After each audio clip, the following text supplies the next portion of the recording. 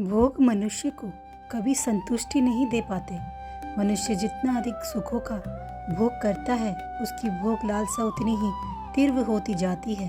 एक कथा के अनुसार शुक्राचार्य के श्राप से जब महाराज ययाति एकाएक बूढ़े हो गए, तो उन्होंने अपने 5 पुत्रों से उनकी युवावस्था मांगी। ज्येष्ठ पुत्रों यदु, तुर्वशु, दुहु और अनु ने उनका अनादर करते हुए अपनी युवावस्था देने से मना कर दिया, पर उनके छोटे पुत्र पुरु ने उनकी आज्ञा का पालन करते हुए उन्हें अपनी युवावस्था दान कर दी और बदले में उनका बुढ़ापा ले लिया।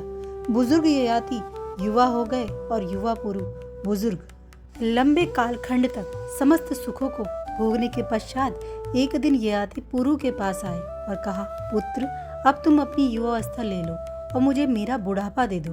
तुमने मेरी इच्छा का सम्मान करते हुए अपनी युवावस्था मुझे दे दी, सो मैं बहुत प्रसन्न हूँ।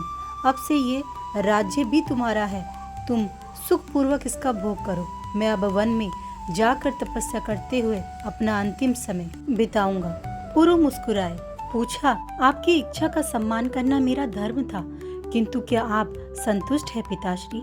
ययाति ने उत्तर दिया, नहीं, 1000 वर्षों का विलास भी मुझे संतुष्ट नहीं कर पाया, किंतु तुम्हें तुम्हारी वस्तु तो वापस करनी ही थी, सो चला आया हूँ।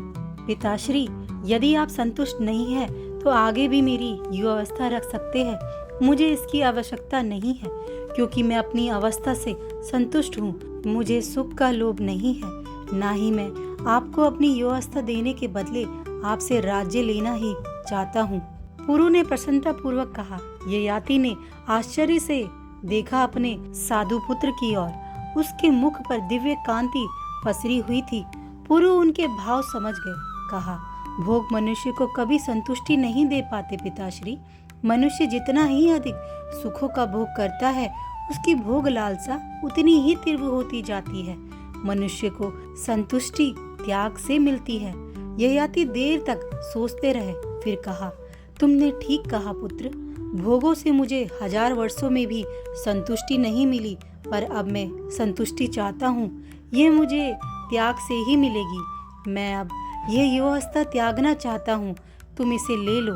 पुरु ने हंसकर स्वीकार कर लिया। वे युवा हो गए और ययाति बुजुर्ग। ययाति प्रसन्नता पूर्वक वन की ओर चले गए, किंतु समय ने देखा इस बार भी त्याग पुरु ने ही किया था। इसीलिए हमें आत्मसंतुष्टि के लिए प्रभु का निरंतर चिंतन करते रहना चाहिए। जय श्री राधा।